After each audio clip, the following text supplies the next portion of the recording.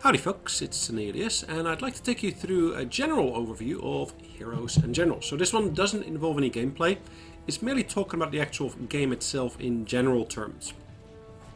So once you actually start the game itself, you will get to have, or you will start off with a single character for each individual nation.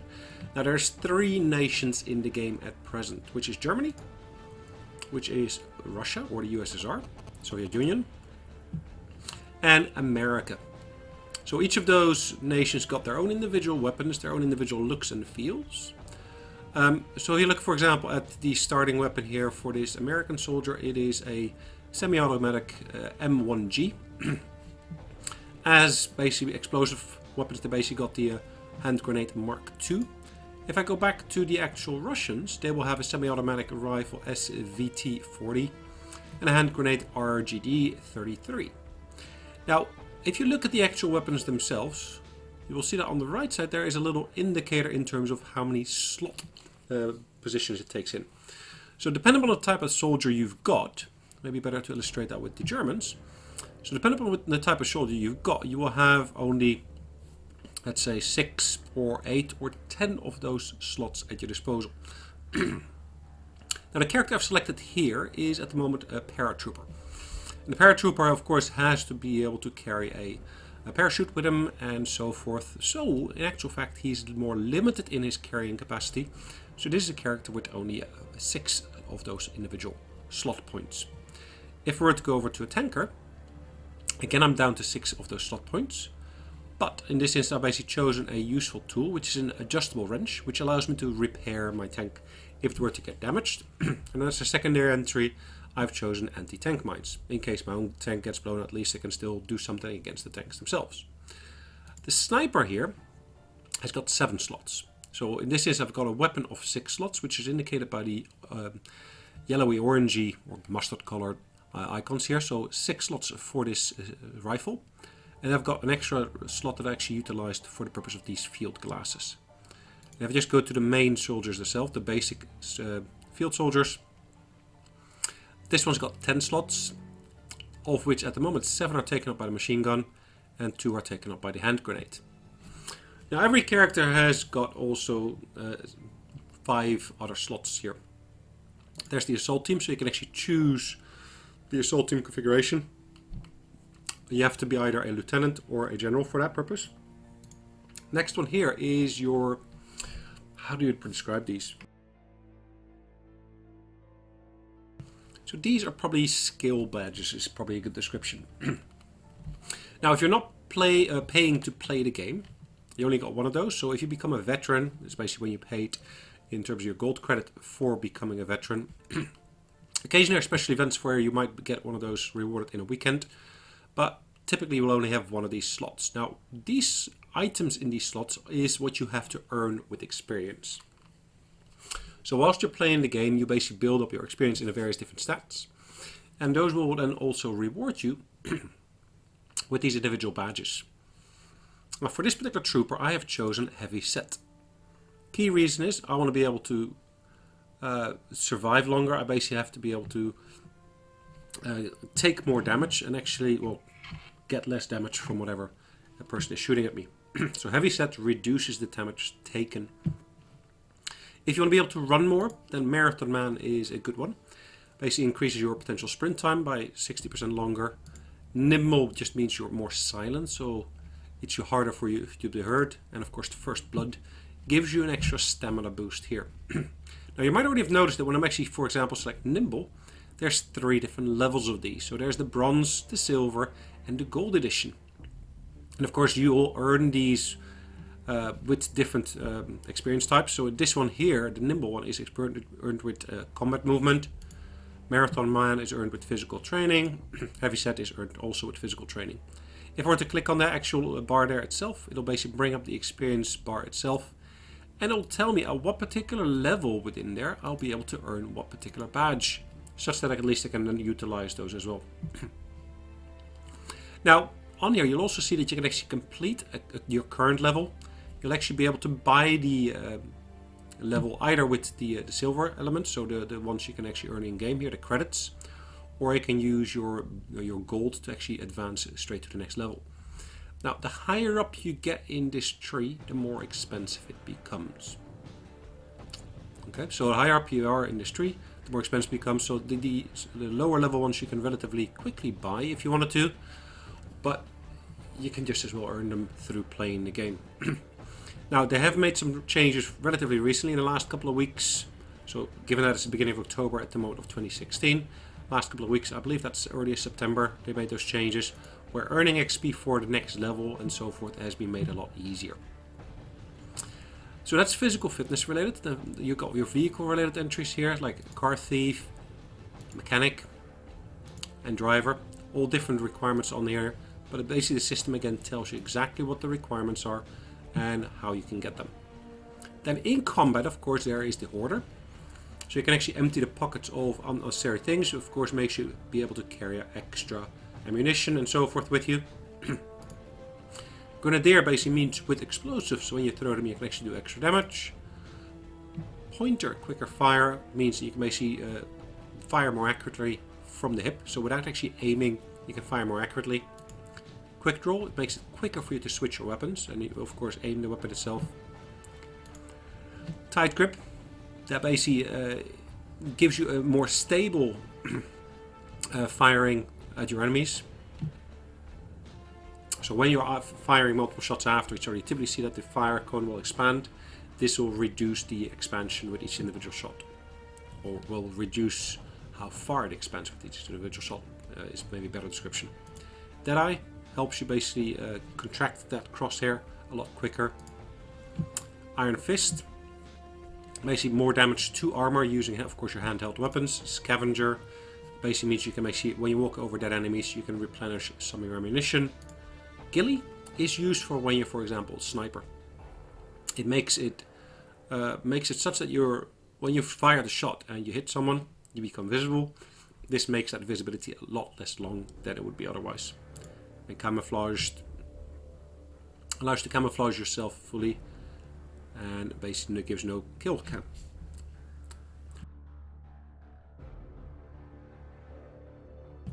Now, what is a kill cam? It is when you get shot, you can actually see which person has shot you, where they were based, and so forth. So this camouflage basically removes that. Again, useful one to have, particularly as a sniper. You don't want the enemy to find you. Now, that's at the very top of this tree here. And this is the tree for, what is it called again? Recon. So you need to basically advance to the very end of this in terms of assaulting your capture points and so forth. Okay. Also for long range sniping you get those points. Dynamite Lover, again explosives related, so mines, grenades and so forth. Infantry First, increase your damage against soft vehicles, so like jeeps and so forth. And Fast Reload, of course, increase the speed of reloading. Now underneath there we got various badges related to aviation, so those are only useful when you're an actual pilot. I'll come back onto the pilot shortly. So let's choose the first one here, which basically means that you get deployed a lot quicker. So your deployment time reduced. Flak Jacket means, of course, you get reduced damage that you take. An aircraft thief. Study aircraft and ignition systems enable you, of course, to steal enemy planes a lot quicker. I've not seen that happening yet, so I'm not entirely sure how that works, but okay. I haven't been flying around too much myself. Bombs away. Of course, reloads means that the reload of the bombs is significantly quicker. The next layer underneath here is airborne. So that's purely and only related to, well, not purely and only related to the airborne troopers. It's also related to the pilots. So you can actually use, when your plane gets damaged enough, you can actually jump out of your plane and so forth. But for the paratroopers, this helps reduce, this first one, the deployment time. And a free fall basically means you can choose when to deploy your parachute. So when you jump out of there, it doesn't auto deploy. You have to press the spacebar to deploy your parachute. Next ones are armor related. So Armor Gunner, for example, basically means you can actually reload your gun faster. You can faster startup with the tanker one here, or Tank Thief. Basically means you can steal enemy vehicles a lot quicker.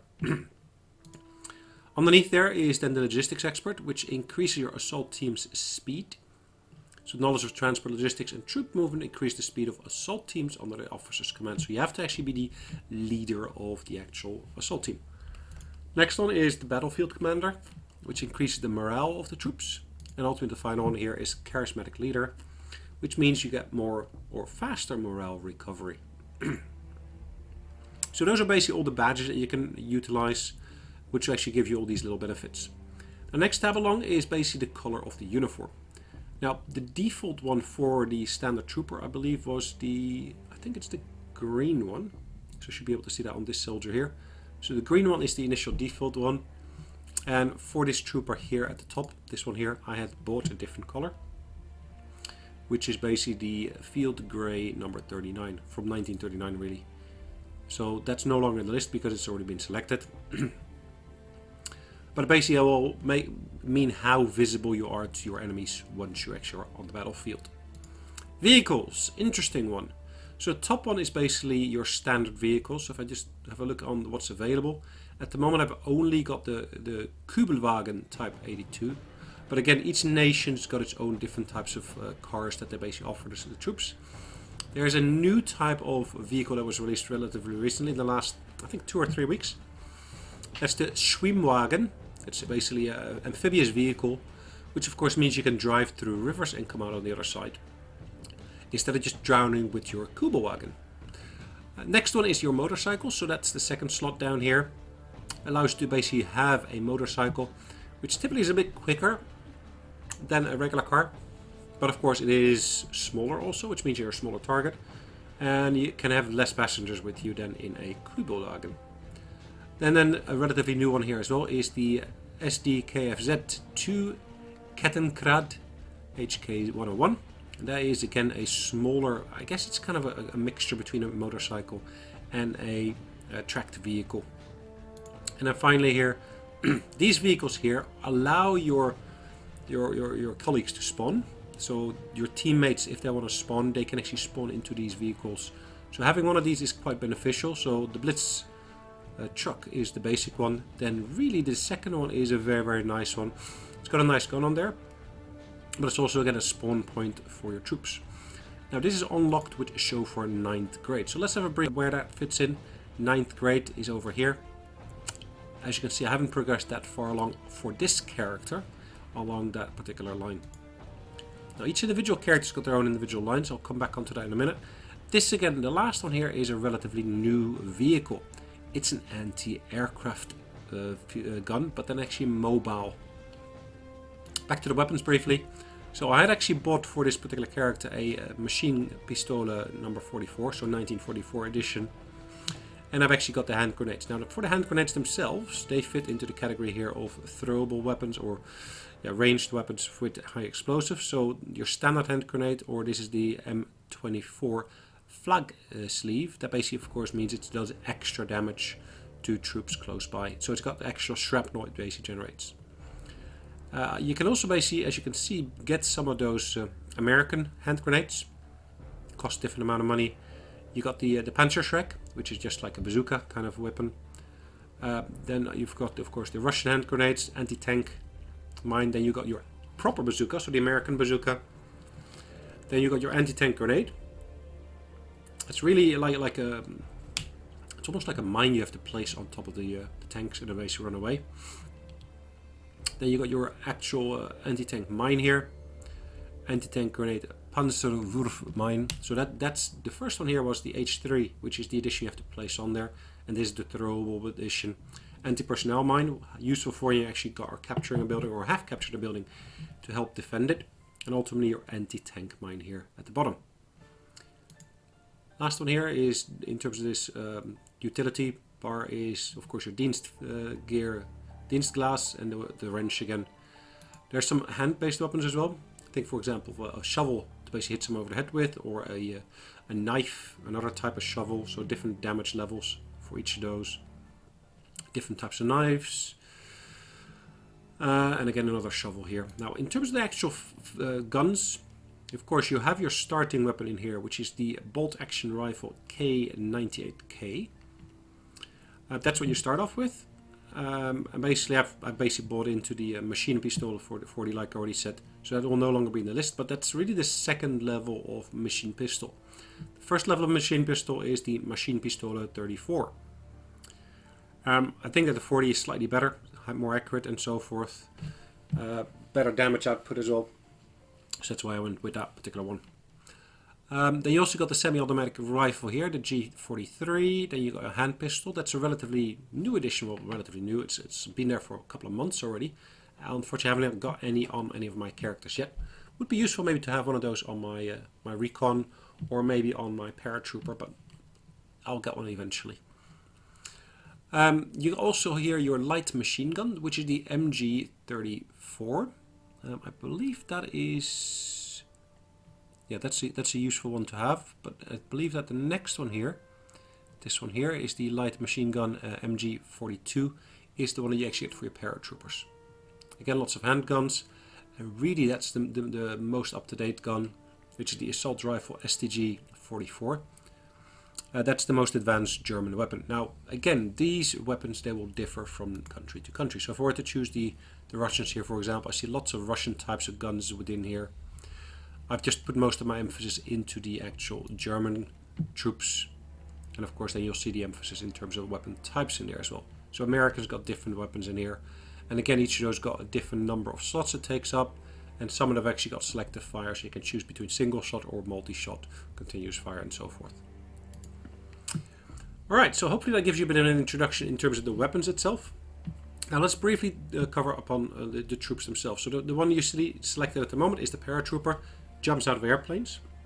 So it's very, very quickly for you to be able to get to the front if you wanted to. You have to choose a jump target, but the plane doesn't always go over that target, so you might actually jump out somewhere else. So you need to keep track on whether it actually is the jump target you're looking for or whether it's a more generic chosen target. So if it's your chosen target or if it's a more generic any jump point where you're basically passing over. So it's something to bear in mind. Then we of course got our standard trooper here. I've actually upgraded this one to have the semi-automatic rifle already, and actually I've basically specialized this to have the anti-tank grenades with them. Then you also got the option of basically flying a plane. So if you choose to basically join the Luftwaffe component of the Germans, you can of course have a weapon in there if you wanted to, but it's also about having a plane, and the plane basically helps take down, for example, the transport planes were used by the paratroopers, but it's also used for basically taking out enemy planes as such. Now I've not played with this character too much, so at the moment it just stands at where it is. Now, I would recommend that any weapon you have, you always try to click on the little spanner icon at the top right for them, and then set it to auto repair.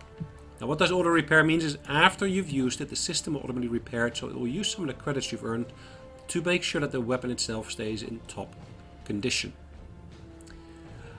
Alright, so the standard troop you started off with was a guy like this, with of course not this weapon, but basically the bolt action rifle here, so the very basic manual loading of the weapon.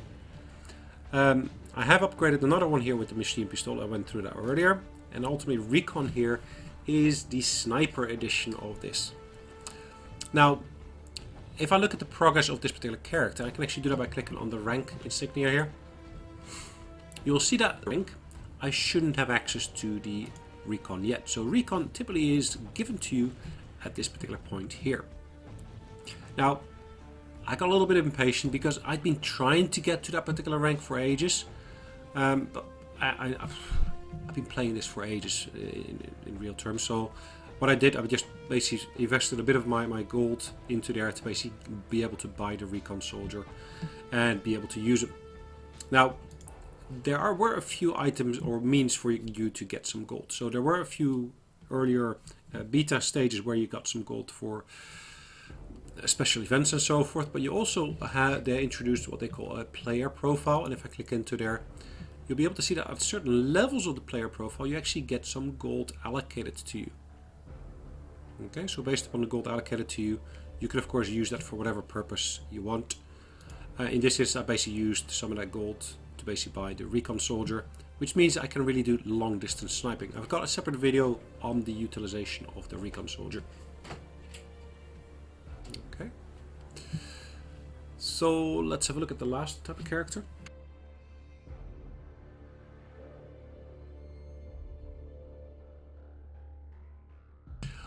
The last type of soldier I'd like to discuss is here the tanker. So the tank soldier, or the tank driver.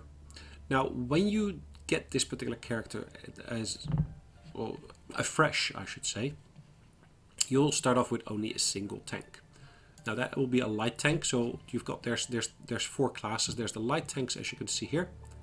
There's the medium tanks. There's the heavy tanks, and ultimately also the tank destroyers. Now you start off with the light tank, and you really start off with the very first one. I believe that is the Panzerkampfwagen 1, or the Panzer 1 edition A. So that's really a very basic tank you start off with, and then as you progress, you get access to this. I think it's a Czech tank. It's the Panzerkampfwagen 38 edition E. After which you will also be able to, or is it maybe before? But you'll also be able to get the Panzerkampfwagen 2, or the number 2 edition C. And again, there's little upgrades on each of those, for example, in terms of types of bullets or guns, grenades that you can shoot off from there. So some of them will do more damage, some of them will have better penetration and so forth. So sometimes it's useful to have a bit of a mixture on your vehicle.